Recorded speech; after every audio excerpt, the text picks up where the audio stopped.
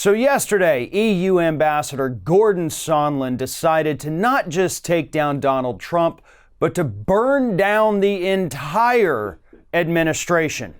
Sondland opened up his statement yesterday by admitting that there was a quid pro quo, that there was extortion, and it was based on Ukraine. Donald Trump wanted them to come out and announce an investigation into Joe Biden, and that was the condition that they had to meet if they wanted that aid. I know that members of this committee frequently frame these complicated issues in the form of a simple question: was there a quid pro quo? As I testified previously, with regard to the requested White House call and the White House meeting, the answer is yes. Mr. Giuliani conveyed to Secretary Perry, Ambassador Volker, and others that President Trump wanted a public statement from President Zelensky committing to investigations of Burisma and the 2016 election. Mr. Giuliani expressed those requests directly to the Ukrainians, and Mr. Giuliani also expressed those requests directly to us. We all understood that these prerequisites for the White House call and the White House meeting reflected President Trump's desires and requirements. That was Sondland's opening. That's not even what came up in the question. That dude started his entire testimony with this. And it got so much worse for Republicans after that.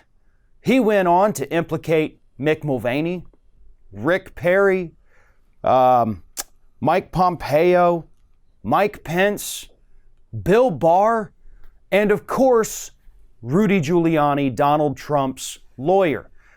Now, he said that Giuliani was the one who was carrying out these orders, and everybody was working under Giuliani, but the orders were coming directly from Donald Trump.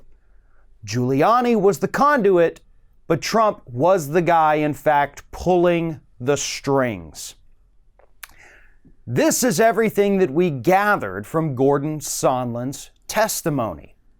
And what's really interesting is that Republicans really didn't have a lot to say. Now, you did have Ronna McDaniel tweet out at the end of the day that Sondland somehow vindicated the president, because Sondland did, of course, say that, yeah, Trump told me he wanted nothing from Ukraine. Wanted nothing. No quid pro quo. And they latched onto that statement and said, see, Sondland admits it. He admits Trump didn't want any of this. Except they left out the very convenient fact that Trump did, in fact, say those things to Sondland. But he said it after he learned of the whistleblower report.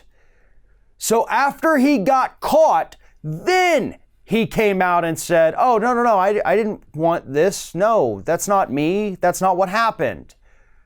But Republicans somehow, by leaving out the first part of, oh, after he got busted, he said he never wanted to do a crime. And they're latching onto that. But that tells me one thing and one thing only. These folks aren't going to turn on Donald Trump. There is no question left that Donald Trump committed this crime that he's being accused of, the extortion. He did it. He did it. Everybody who was around him, everybody who heard the phone call, everybody who talked to somebody who heard the phone call, they say he did it. He did it. And unfortunately, it's not going to amount to anything. And that's the truly depressing part of all of this. Because we did see it in the Republican response yesterday, in Ronna McDaniel's tweet, in Stephanie Grisham's tweet, in everybody else out there still defending the president. They're not going to turn against this guy, ever. I will be shocked if you even get a single Republican who votes in favor of impeachment in the House of Representatives. Shocked if even one of them breaks ranks to go with the Democrats on that. It'll still pass, but then it's going to go to the Senate, where at this moment, precisely 0 Republicans are going to support it. Now, I had said in the past, if we enter into a scenario under which Republicans start losing support for their reelection based solely on their support for President Trump and not impeaching him, then maybe they'll flip. I don't even know if that's going to happen now. I do think Republicans are going to lose support over this. I do think the public opinion, which is already shifting more and more in favor of impeachment, that's going to go even further.